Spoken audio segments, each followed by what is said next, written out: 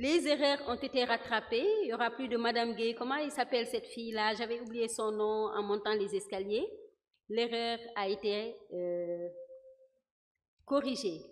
Sur ce, nous déclarons ouverte la 6e session d'ACME et nous appelons donc ouverte sur les lignes directrices de l'ESC qui sera présentée par le professeur Abdul Khan. Et j'appelle en même temps les modérateurs, c'est-à-dire le professeur Zamsoni Patrice, le professeur Menta, le professeur Touré, le professeur Kodjo, le professeur El Hadji Yaya, le professeur Sama Doulouniou André. Professeur Khan? Mais avant tout propos, moi également, je vais m'acquitter d'un devoir, un agréable devoir, et c'est celui également d'associer mes remerciements à mes prédécesseurs. Et à travers donc le début de cette présentation, on voit de cette activité, on voit bien qu'il y a un message fort qui se dégage, c'est que nous avons été conviés donc à cette activité et que autant que nous sommes cardiologues de ville, cardiologues de province, jeunes cardiologues, vieux cardiologues comme moi, hospitalo-universitaires ou encore praticiens de ville, le seul message est que justement, il faut que nous allions ensemble. Ça, c'est le message fort de Agenta, que nous allions ensemble.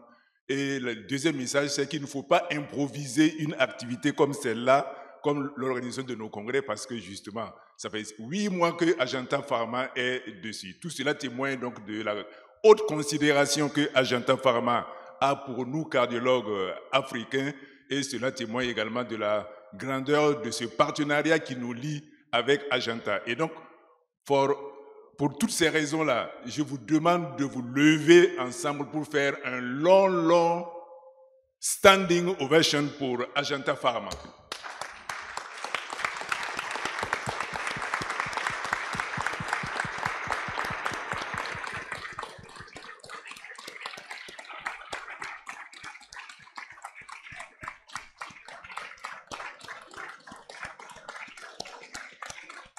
Oui. Comme ça, l'année prochaine, le nombre sera doublé de participants. Bien, merci. Et donc, nous avons donc la joie et l'honneur d'accueillir le professeur Abdul Khan qui va nous entretenir sur donc les guidelines for the management of elevated blood pressure and hypertension. Donc, professeur Khan, sans plus tarder, comme nous avons pris du retard, vous avez la parole. Merci beaucoup, Patrice. Bonjour, chers collègues. Heureux de retrouver la grande famille de la cardiologie, grande famille réunie grâce à Agenta, que je remercie encore du fond du cœur pour cette très belle initiative. Je dois vous parler des recommandations 2024 de l'hypertension artérielle et vous savez que l'année dernière déjà, nous avions eu droit à des recommandations sur l'hypertension artérielle de l'European Society of Hypertension. Et voici qu'un an plus tard, l'ESC a jugé utile de faire paraître ces dernières recommandations. Et je dirais qu'il y a une révolution et quelques évolutions. On rappelle déjà ce qu'est la pathogénie de l'hypertension artérielle avec des facteurs qui vont engendrer des mécanismes qui vont enclencher le processus conduisant à l'hypertension artérielle.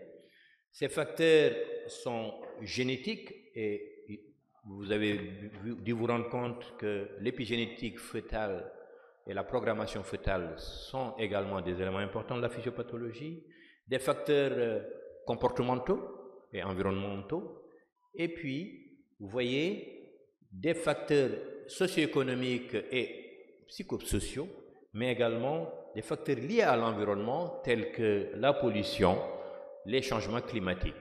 Et ces différents facteurs vont induire des mécanismes qui sont des mécanismes rénaux, hormonaux, vasculaires ou également neurogènes. Les conséquences, vous les connaissez également.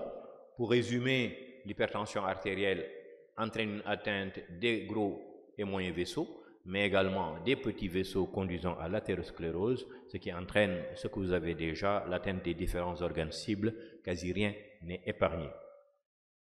La technique de mesure doit être rigoureuse et on nous rappelle qu'il faut impérativement regarder s'il existe ou non l'hypotension artérielle orthostatique. Vous verrez qu'ici on parle très peu de l'hypertension artérielle orthostatique parue dans les guidelines 2023 de l'ESH.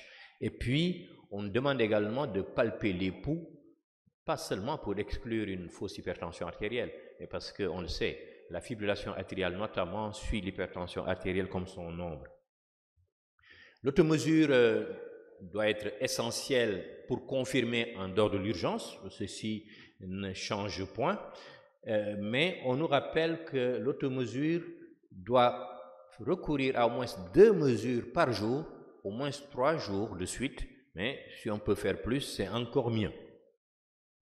Le recours à la MAPA reste essentiel dans certaines situations. Nous verrons tout à l'heure les avantages respectifs de la MAPA et de l'automesure, mais on pourrait déjà ici retenir qu'il faut un minimum de 70% des mesures valides pour que votre MAPA soit valide, et puis qu'en journée, il faut 15 à 30 minutes d'intervalle de mesure et 30 à 60 minutes la nuit. La MAPA a plusieurs avantages. Bien sûr, pour identifier l'hypertension artérielle masquée ou l'effet blouse blanche, mais l'automesure sait le faire aussi. Mais on a plus d'éléments pronostiques liés à la MAPA. On peut mesurer l'hypertension artérielle nocturne, qui, comme vous le savez, est un puissant élément pronostique, ce que ne fait pas l'automesure. Et puis, on a beaucoup d'informations, notamment sur la variabilité tensionnelle, qui est un élément pronostique intéressant. Et puis, on a un certain nombre de phénotypes liés à l'hypertension artérielle nocturne, tels que le sujet non dipeur. Et vous savez, quand vous avez un sujet non dipeur, ça peut vous ouvrir des perspectives sur une atteinte des organes cibles, sur un SAS possible, entre autres. Évidemment, ça a le désavantage du coût, mais aussi de l'inconfort. Il y a des personnes qui ne supportent pas la MAPA. Et puis, vous avez l'automesure qui est intéressant parce que plus accessible, et puis qui est un élément important, notamment dans le suivi, puisqu'on peut répéter les mesures à volonté, pour autant qu'on ait un appareil de mesure validé. Et puis, vient ce qu'on pourrait considérer comme étant la révolution, puisque là, ce n'est plus la classification de l'hypertension artérielle grade 1, grade 2, grade 3 classique, c'est plutôt les 3 groupes. Vous avez soit une tension artérielle non élevée, soit vous êtes hypertendu, et entre les deux, vous avez ce qu'on appellera la tension artérielle élevée. Et donc, il est recommandé désormais de dire tension élevée, non élevée ou hypertension artérielle. Et c'est quoi donc la tension artérielle élevée? C'est celui qui n'est pas encore hypertendu, 140-90 de façon casuelle, mais qui a 120-70. Et puis, vous avez les correspondances pour ce qui est de la mesure tensionnelle à domicile ou de l'automesure, pardon, de la mesure ambulatoire de la pression artérielle. Donc, vous voyez que 120-70, c'est vraiment le cut-off. Si vous avez moins de 120-70, quelle que soit la méthode de mesure, ça va. Mais si vous êtes entre 120 et 135, par exemple, le jour, vous êtes dans l'hypertension, pardon, la tension artérielle élevée. Et d'où vient donc cette révolution? Mais cette révolution vient du fait que, en réalité, la limite reste arbitraire de ce qui définit celui qui est hypertendu de ce qui ne l'est pas. Certes, on le voit ici, à partir de 140, quel que soit l'âge, vous avez une augmentation importante du risque, et que chez ces personnes-là, on va avoir plus de 30 000 décès sur un suivi d'1 an pour 1 million de personnes. Donc 140, 90, c'est vraiment le cut-off où on sait que le bénéfice à traiter l'emporte sur le risque ou les éventuels effets secondaires. Mais on regardera également ce qui se passe sur la gauche. En réalité, à partir de 120 déjà, de chiffre tensionnel, on voit qu'il y a une augmentation des événements cardiovasculaires, et ceci est d'autant plus important que la personne est âgée ou que son risque est important. Et donc, c'est un peu cela, le rationnel de la nouvelle classification que je vous remontre ici, et on s'arrêtera donc sur ce groupe-là. Lorsque vous avez une pression artérielle 120, 139 ou 70, 89, pour ce qui est de la pression au cabinet, 120, 134, 70, 84 pour ce qui est de l'automesure, ou 120, 134, 70, 84, vous êtes dans le groupe de la pression artérielle élevée. Et en ce moment-là, il n'est pas dit que tout le monde doit être traité par des mesures pharmacologiques, mais il faut s'arrêter et il faut stratifier le risque, parce qu'en fonction du risque que vous aurez eu, vous allez peut-être aller vers un traitement médicamenteux, ce qui est bien entendu quelque chose de différent par rapport à ce qu'on savait déjà. Et donc, comment se fait aujourd'hui le screening et la prise en charge des personnes hypertendues ou non? Lorsque vous êtes hypertendu, c'est du classique, 140, 159, 90, 99, il faut confirmer par une mesure ambulatoire ou l'automesure. Lorsque vous êtes à ce qu'on appellerait du grade 2 avant, il faut confirmer par l'automesure et la mesure ambulatoire, mais il faut le vite, il ne faut pas dépasser un mois pour le faire. Et quand vous êtes à 180, 110, a priori, il faut traiter, mais on nous dit, attention, cherchez une urgence hypertensive chez ces personnes-là qui ont des chiffres élevés. Et puis, je vais sur la partie gauche de cet algorithme. Lorsque vous avez moins de 120, 70, pas de souci. Seule question, c'est 40 ans ou moins de 40 ans. Si c'est moins de 40 ans, tous les 3 ans de suivi de la tension artérielle, 40 ans ou plus, il faut surveiller de façon annuelle la pression artérielle. Et on en vient donc à ceux qui ont une pression artérielle élevée, c'est-à-dire le 120, 139, 70, 89. Je vous ai montré les équivalences avec l'automesure et la mesure ambulatoire de la pression artérielle. Dans ce cas-là, il faut stratifier le risque. Mais évidemment, vous savez qu'on ne stratifie pas un risque lorsque le risque est d'emblée élevé. Et je vous montrerai tout à l'heure les situations pour lesquelles il n'y a pas à calculer des scores. Si le risque n'est pas d'emblée élevé, score de risque, évidemment, on nous propose le score européen, mais nous avons parfaitement le droit d'utiliser les scores plus adaptés à nos populations, tels que le Global Risk ou les scores de l'OMS. Et il est important, là aussi je le rappellerai tout à l'heure, qu'il y a les facteurs classiques de risque, il y a les modificateurs de risque. Et les modificateurs de risque doivent absolument être recherchés puisqu'ils vont nous permettre, surtout sur des situations borderline, de reclassifier le sujet en risque probablement élevé. Et donc, à partir du moment où le risque n'est pas élevé après cette stratification, c'est surveillance annuelle quand même de ces patients. Et lorsque par contre, on a confirmé qu'il y a une élévation de la pression artérielle et un risque qui est élevé, il faut traiter ces patients. Il faut bien entendu pour cela faire un bilan de routine.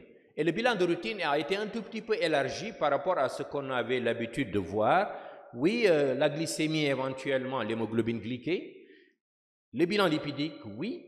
La créate, le calcul, la clearance de la créatine, le rapport albumine sur créatinine, l'électrocardiogramme.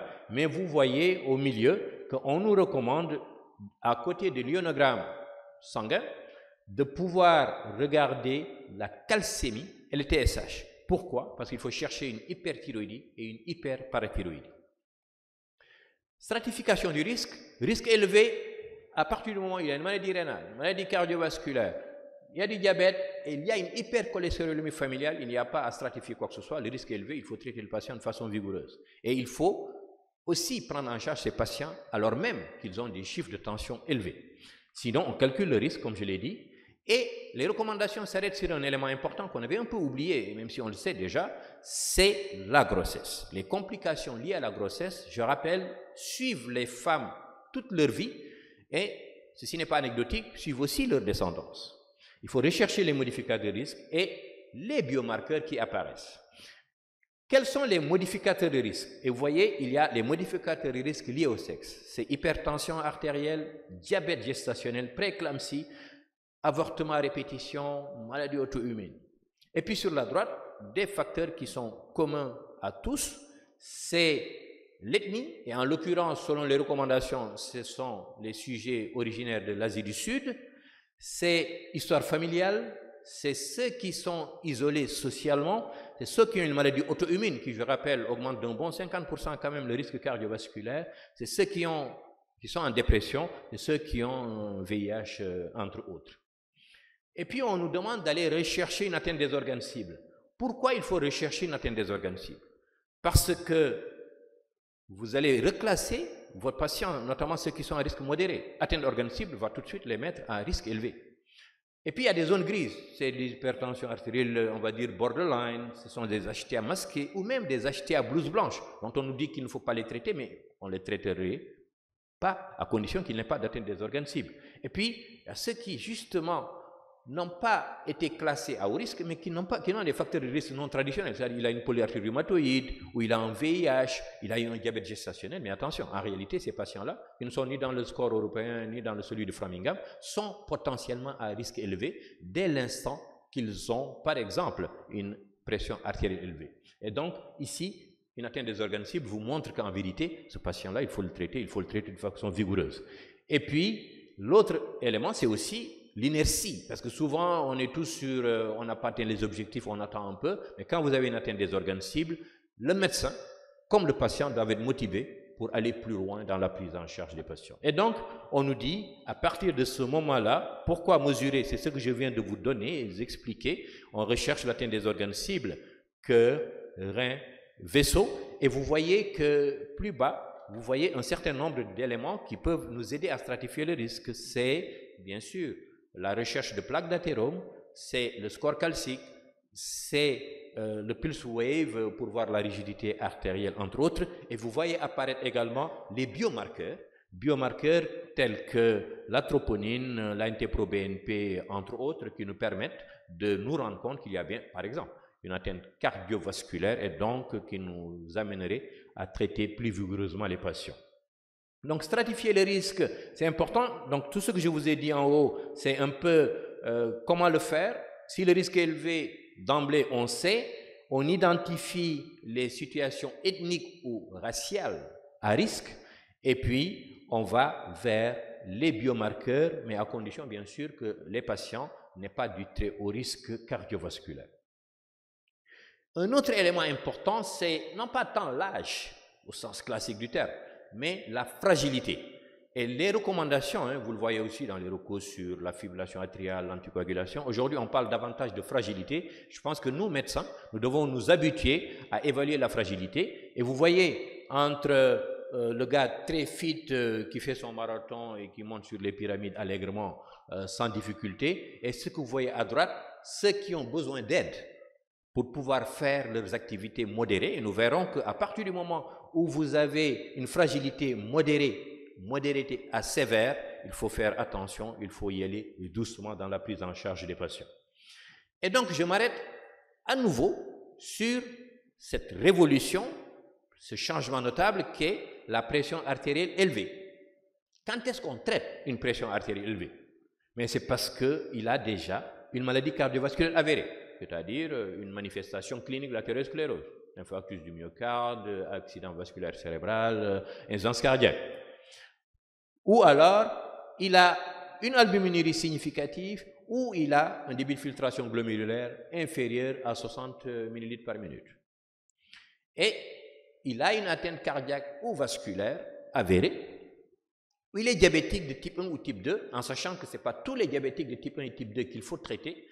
Lorsque vous avez cette situation de pression artérielle élevée chez un diabétique, il vous est demandé de stratifier le score et donc le niveau de risque de votre diabétique. Donc, score de diabète pour les sujets de moins de 60 ans, puisque lorsque le diabétique est âgé, a priori, il faut aller vers la prise en charge. Et puis, l'hypercholestérolémie familiale est considérée comme une situation à très haut risque qui détruit nos artères, nous entraîne des coronaropathies sévères notamment, et il faut les traiter assez vite. Et donc, ça c'est le résumé de tout ce qu'on vient de dire, sur lequel je n'insiste pas. Ce qui est important ici, c'est confirmer la pression artérielle, regarder l'âge et regarder la fragilité. Regardez l'atteinte des organes cibles. S'il n'y a pas d'atteinte des organes cibles, si le risque n'est pas très élevé, stratifiez le risque. Et en fonction de la stratification du risque, vous allez pouvoir avancer pour la prise en charge, en sachant qu'il ne faut pas oublier les modificateurs du risque, et notamment les modificateurs du risque spécifiques à la femme et liés à la grossesse notamment.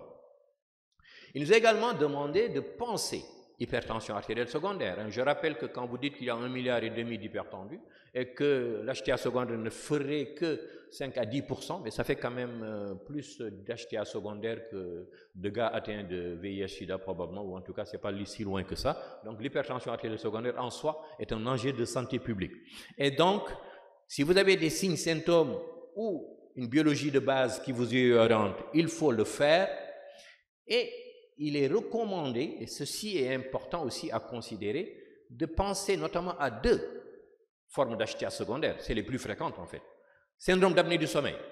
Si j'ai obèse de moins de 40 ans, sachez y penser systématiquement, et pensez quasi systématiquement à l'hyperaldostéronisme secondaire, qui, je le rappelle, reste la principale cause à côté de l'HTA lié au SAOS. Et vous voyez donc ici la recommandation sur du 2AB, certes, hein, donc c'est pas forcément parole de livre sacré, mais 140-90, donc on ne demande même pas qu'il y ait des HTA secondaires, mais pensez-y chez tous les adultes hypertendus.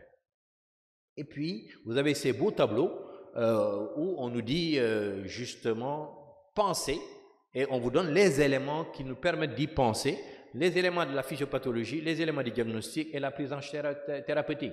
Vous connaissez tous les signes et symptômes, hein, la fatigabilité au matin, le ronflement et toutes ces choses, l'obésité, ça vous le savez. Mais je rappelle, notamment aux rythmologues et à ceux qui palpent les pouls à longueur de journée, que lorsque vous avez de la fibrillation atriale et même des troubles conductifs chez vos patients, surtout la nuit, pensez au syndrome d'apnée obstructive du sommeil, et bien sûr, chez le profil non-dipping, clairement, et bien sûr, il faut perdre du poids, il faut faire de la CPAP, il faut avoir certains types de traitements spécifiques. L'hyperaldostéronisme secondaire, pareil, bien sûr, on connaît l'hypokaliémie, la paralysie musculaire et tous ces éléments qui sont de la sémiologie classique, mais je rappelle que l'aldostérone est un élément terrible qui entraîne la fibrose des circuits de réentrée, donc on a beaucoup plus de troubles du rythme, notamment de fibrillation atriale. Donc c'est surtout ça pour rappeler simplement que c'est des portes d'entrée à certaines HTA secondaires en l'occurrence. Et à droite, vous avez les différents éléments qui fondent le diagnostic, la physiopathologie et le traitement qui, comme vous le savez, c'est traitement médical, anti-aldostérone, et chirurgical si vous avez le classique adénome de cône notamment. L'hypertension artérielle, rénovasculaire, pareil, hein, avec le schéma classique, il a détérioré sa fonction rénale sous bloqueur de sérotonine-angiotensine. C'est une dame jeune qui vous fait de la migraine, notamment, je pensais fibrodysplasie, et puis OAP flash ou athérosclérose multiple. Et bien entendu, le traitement, c'est traitement médical optimal d'emblée, ou a priori, s'il s'agit d'une maladie athéromateuse, sauf s'il y a l'ischémie, sauf s'il y a l'OAP flash que vous n'arrivez pas à contrôler, le traitement, on va dire, le plus validé ici, interventionnel, concerne la fibrodysplasie, c'est ballon, sans stent. Par contre, si vous devez y aller pour l'athérosclérose, il faut stenter ces patients. Alors, j'en viens au traitement. Donc, quoi l'objectif? C'est 120, 129, 70, 79 pour la pression artérielle au cabinet. Mais évidemment, il ne faut pas y aller de façon volontariste, il faut tenir compte du terrain. Et aujourd'hui, nous devons tous d'ailleurs nous habituer à ce principe, ALARA principle as low as reasonably achievable. Jusqu'où je peux raisonnablement atteindre mon objectif. On ne peut pas toujours y arriver.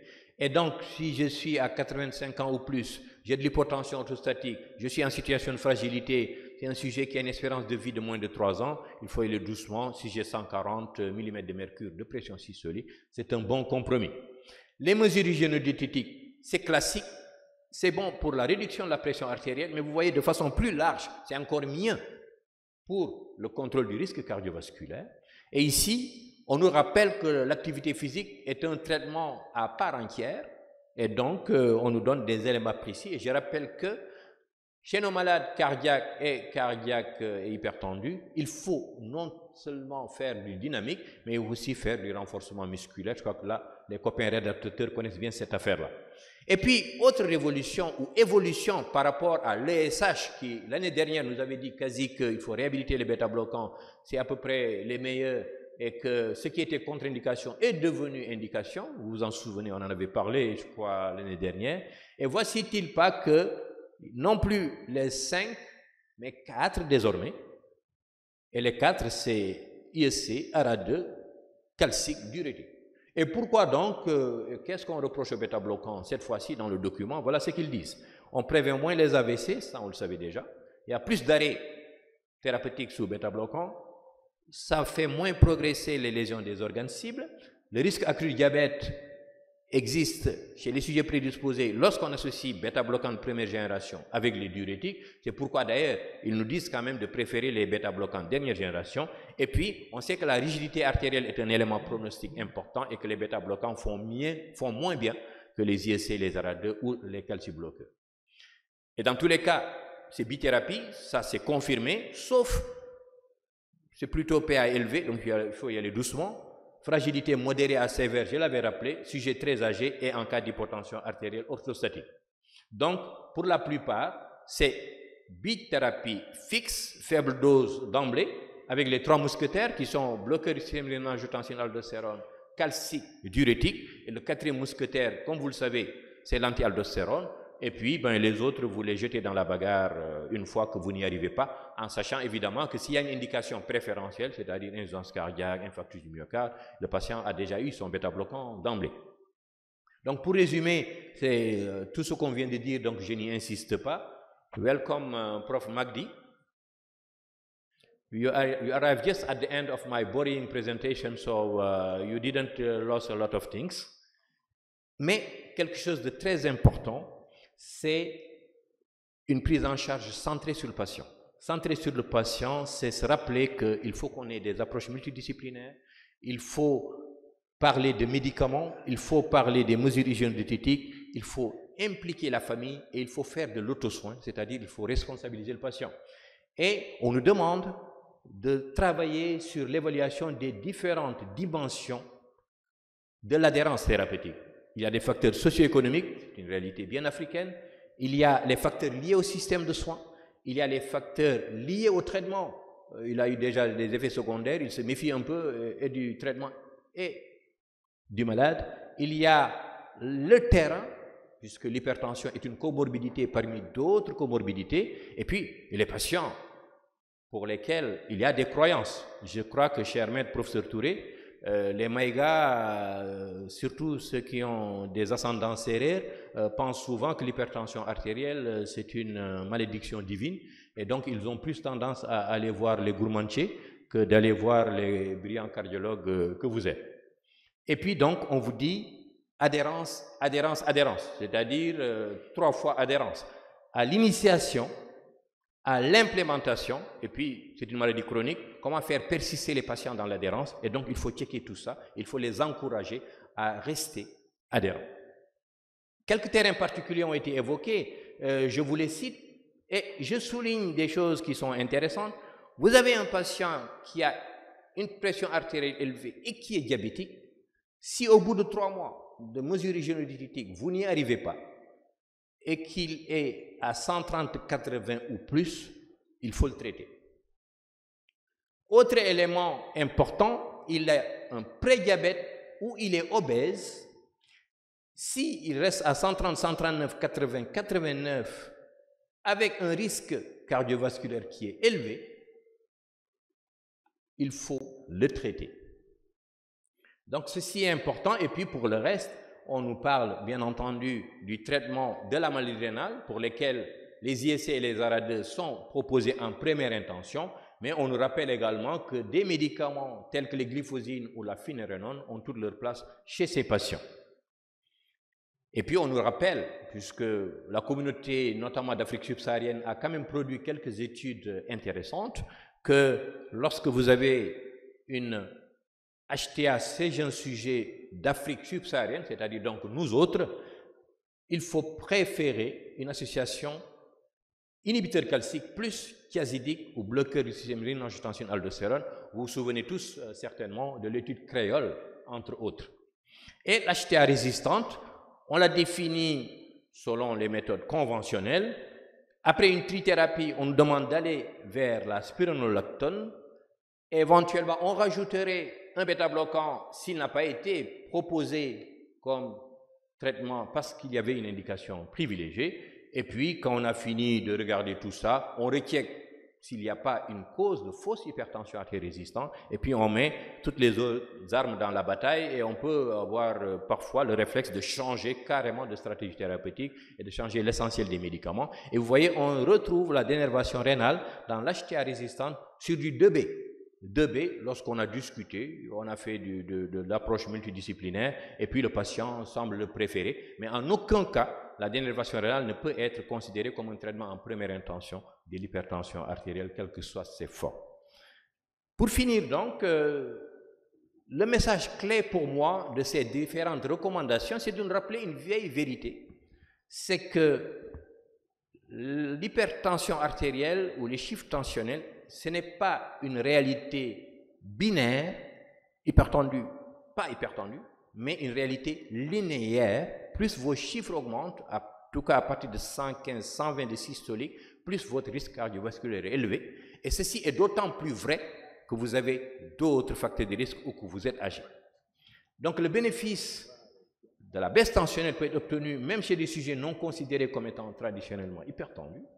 Ce qui a amené cette nouvelle classification, qui encore une fois ne jette pas aux orties le grade 1, grade 2, grade 3, mais la nouveauté c'est qu'il y a ceux qui sont hypertendus à partir de 140-90, ceux qui ont une pression artérielle, on va dire, idéale, optimale, moins de 120-70, et entre les deux, il y a la pression artérielle élevée, pour lesquels il faut aller plus loin, et aller plus loin, c'est déjà évaluer le risque, rechercher une lésion des organes cibles, ne jamais oublier à penser HTA secondaire, à toutes les HTA secondaires, pour autant que la clinique et les éléments de base nous y orientent, mais pensez notamment à ces deux grandes causes d'HTA secondaire, l'hyperaldotéronisme primaire et le syndrome d'apnée obstructive du sommeil.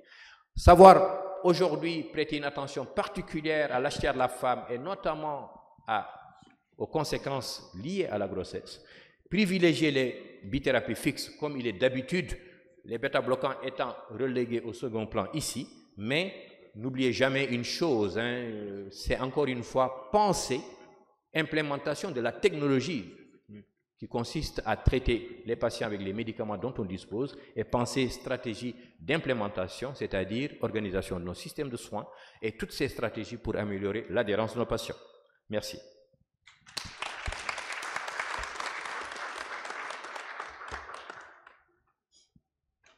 Merci, professeur Khan. Alors, le comité d'organisation nous signale qu'on a pris un peu de retard et on va passer, je crois, on va repasser la parole à madame qui va poursuivre, qui va nous donner les indications pour la suite. Merci.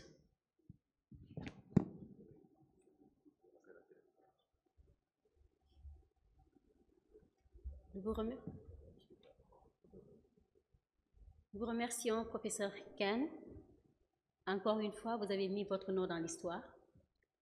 Je demanderai solennellement au modérateur de rejoindre votre place en attendant qu'on puisse accueillir les autorités égyptiennes et après nous passerons au workshop. C'est possible? Merci. Bonjour à tous. Encore une fois, parce qu'au début matin, nous sommes occupés de la présentation auteur et là, officiellement, l'ouverture des cérémonies du congrès du summit. Oui. Donc, encore une fois, bonjour à tous. Bonjour à tous. Bonjour, French West Africa. Bonjour à tous, éminents professeurs et la cardiologue de French West Africa. Donc, encore une fois, je vous dis bienvenue à ECME 2024, la 6e édition de ECME. Depuis matin, nous sommes en train de faire la progression du séminaire, mais officiellement, on n'a pas fait la ouverture de ce séminaire. C'est un grand plaisir que je suis devant vous et je vous dis bienvenue au ECME 2024. Nous avons présent ici le deuxième secrétaire de l'ambassadeur de l'Inde basé au Égypte, Cairo, M. Rao Parveen Singh. Donc, je vais inviter lui sur la dais. M. Rao Parveen Singh. Et je dis lui bienvenue. Je vais utiliser un peu anglais aussi en même temps parce que c'est le pays arabe avec anglais. Donc, on va utiliser franglais, français avec anglais. C'est bon? Ça va passer bien? Merci beaucoup. Donc, I thank you, Mr. Rao Parveen Singh, for being present here in ECME 2024. It is the 6th edition of ECME Ajanta Pharma, which we have started in the year 2019 at Morocco with 60 doctors, 60 cardiologists, eminent cardiologists from the pays francophonic. And this is the 6th where we have more than 130 eminent cardiologists and professors from French West Africa. Thank you very much for being with us. Now, I welcome Professor Abdul Hamid Magdi, who is the chairperson of Egyptian Society of Cardiology. Thank you very much for being with us, and I invite you on the dais. Now, I will invite Madam Isha and Madam Ayushi pour présenter un bouquet de fleurs, la due Emina invitant. Monsieur Rao Parveen Singh and Professor Magdi. Mais d'abord, Monsieur Rao Parveen Singh, sorry.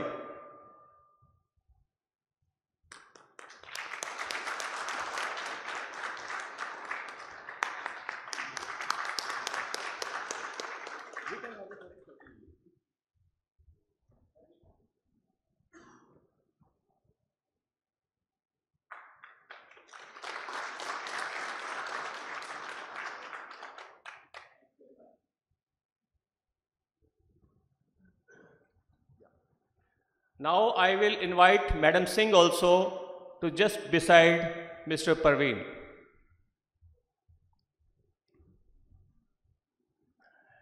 Un programme scientifique pas complet sans la médecine. Donc, j'invite Professeur Khan Abdul pour être présent sur la dais. Donc, applaudis pour Professeur Khan.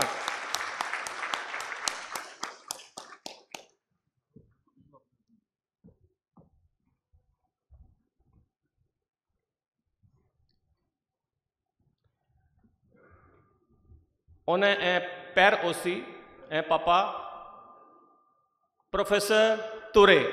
I invite you on the dais. Please come. Avec un grand applaudissement pour lui. Si quelqu'un applaudit pas, on va voir là après. Donc c'est mieux qu'on applaudit ensemble. Now I will invite Madam Isha and Madam Ayushi for presenting a bouquet de fleurs, Professor Khan. Please.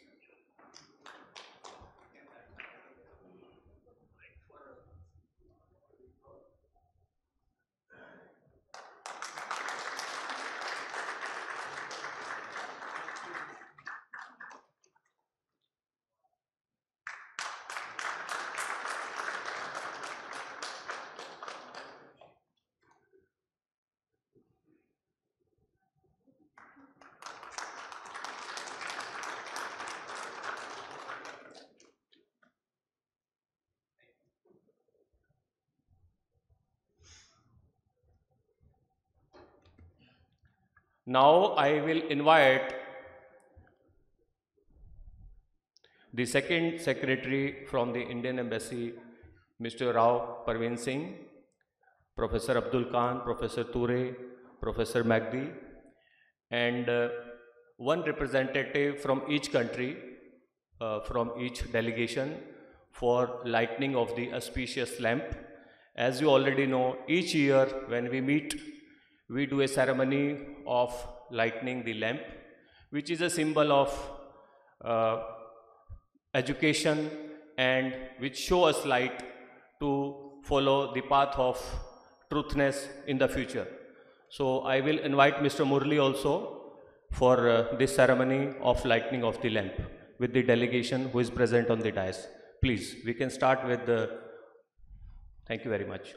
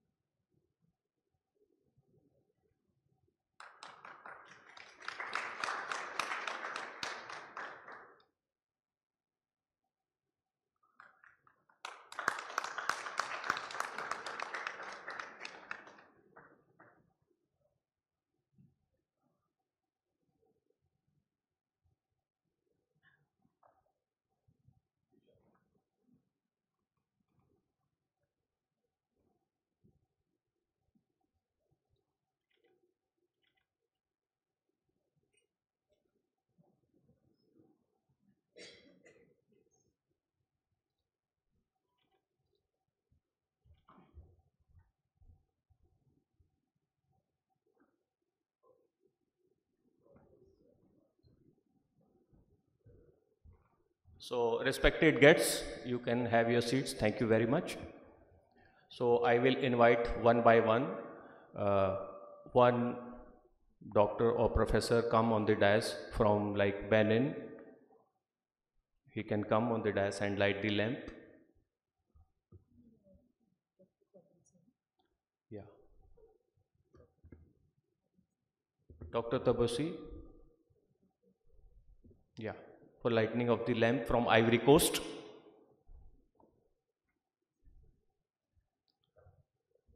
Un médecin peut venir au Bénin, au Togo, au Congo, Guinée-Conakry aussi. Yeah.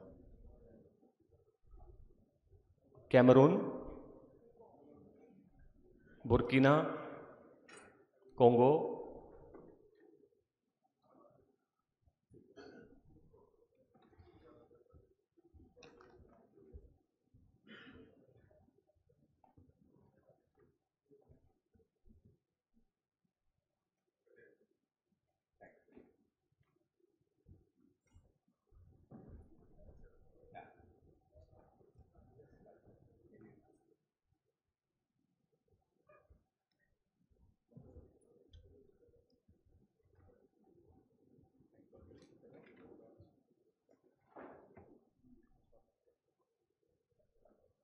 Est-ce que j'ai oublié quelqu'un pays qui peut inviter pour la Mauritius? Oui, Mauritius, s'il te plaît. Lighting of the lamp is very auspicious.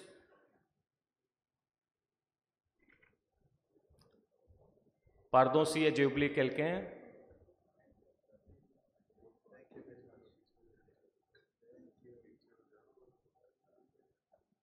Chers collègues, aidez-moi si j'ai oublié quelqu'un pays. Mali, vraiment, pardon, mais vous êtes la volonté et la dynamique June. Vous rappelez-moi, merci beaucoup pour ça.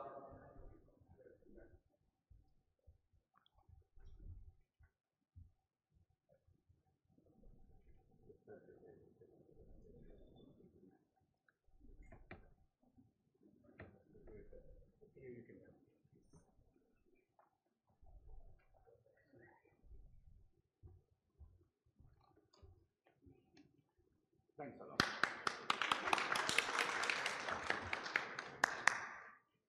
C'est fini? C'est bon? Ah, ok, merci. Ok, applaudis pour tous. Merci beaucoup. L'applaudissement pour vous-même, c'est aussi une grande cérémonie, ça donne l'énergie. Donc, je vais demander pour tout le monde d'applaudir pour vous-même. Encore une fois, applaudissez.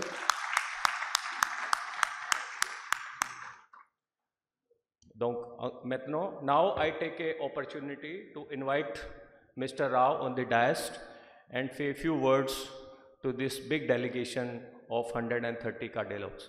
So, please. A very good morning to everyone.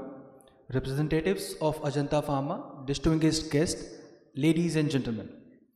It is my great honor to welcome you all to this important CME program focused on cardiology and related pharmaceutical sector.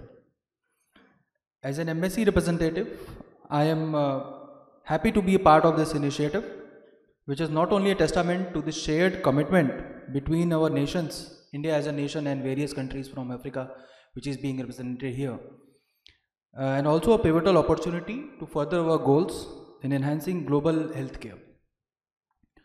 Excellencies, the pharmaceutical sector plays an essential role in advancing public health by fostering medical innovations and ensuring the availability of safe and effective treatment and care for various patients. Today's CME, this platform, where we can collectively explore the latest advancements, best practices, and critical regulatory updates that will shape the future of healthcare across Africa. Excellencies, we are witnessing an era of unprecedented scientific breakthroughs, and the collaboration between governments, healthcare professionals, and the pharmaceutical industry is even more crucial than ever. Your participation today affirms the dedication to ensuring that healthcare professionals are equipped with the knowledge and resources to deliver the highest standards of care to patients.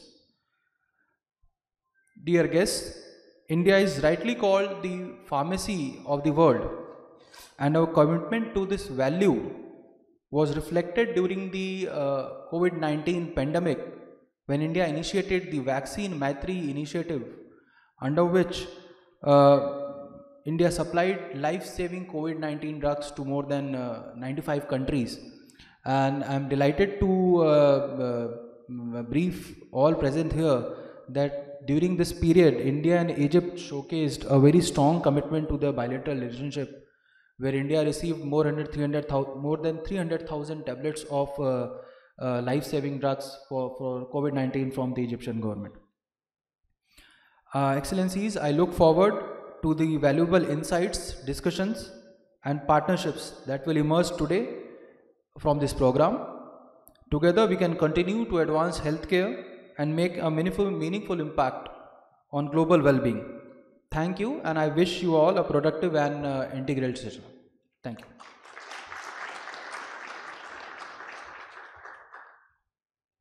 Thank you, Mr. Rao Parveen Singh, for enlightening and showing us the way what India is doing in the field of pharmaceutical and how we can go hand in hand with all the doctors of the world. Thank you very much for that.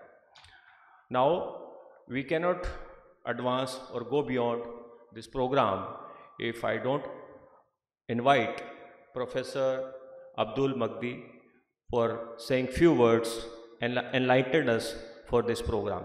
Thank you very much. Please, Professor Khan, accompany me. Thank you very much.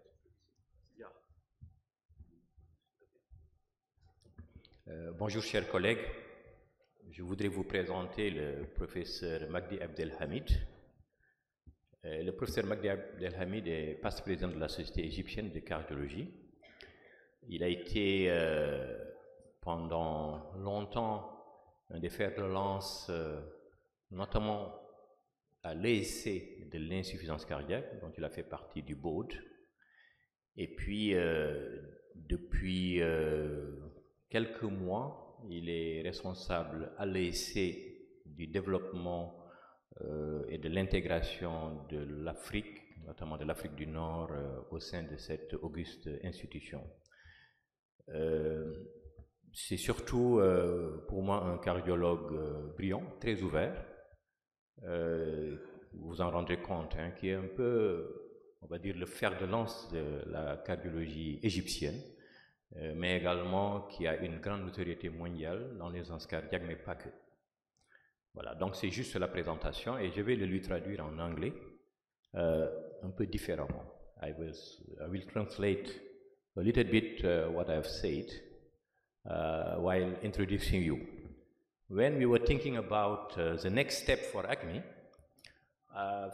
with discussing with Murali, with Isha, I thought that the choice is clear.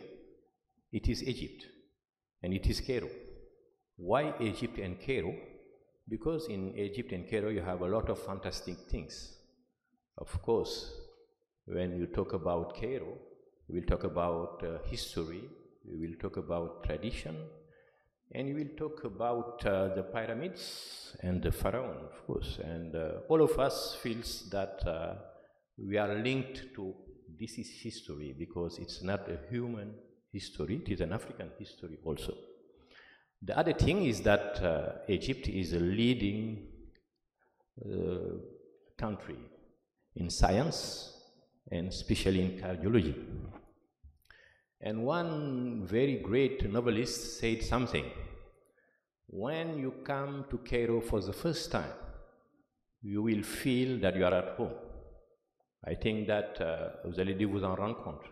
Le Caire, c'est un chez-soi. Vous ne pouvez pas être dépaysé. Que vous soyez de Bobo, que vous soyez d'Abidjan, de Treichville, de Conakry, vous trouverez tout ce qui est en vous, en nos traditions au Caire. Vous le découvrez de vous-même. Et donc, le Caire, c'est beaucoup de belles et grandes choses. And the last thing for me, why to come to Cairo? Because I have a very good and great friend from me, a brilliant cardiologist, a great leader of cardiology, not only in Egypt but around the world, a very open-minded guy, and I'm sure that with him we will have friendship and we'll have science. And this gentleman is Magdela Hamid. Welcome.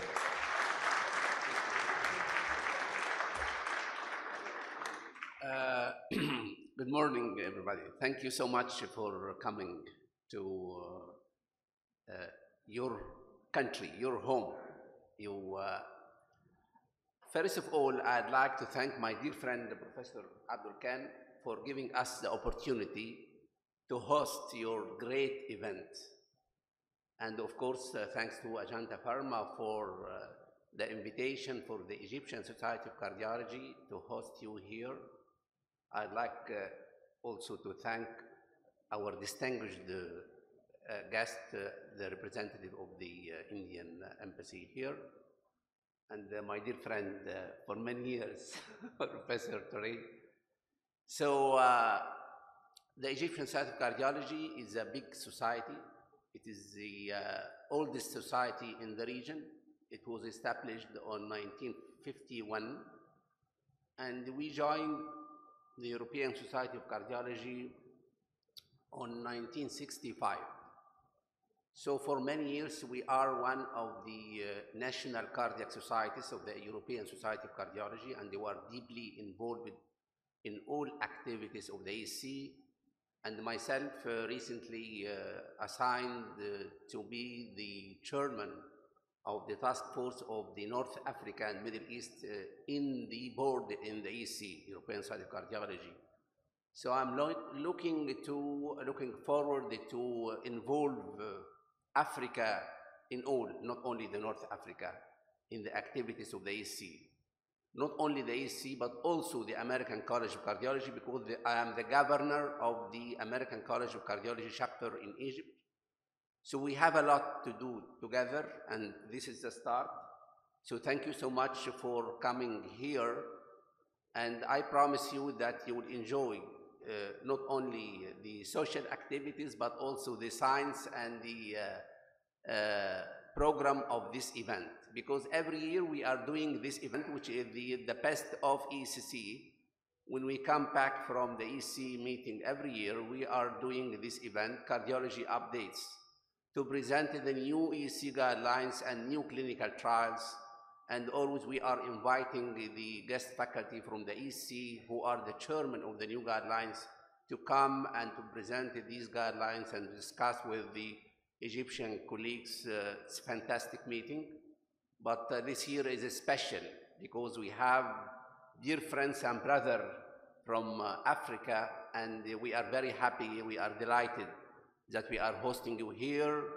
So feel that at your home, as my dear friend Abdul Khan said, and I wish you enjoyable stay in Egypt, Cairo, everywhere, and I wish you a fruitful meeting. Thank you so much for your attention.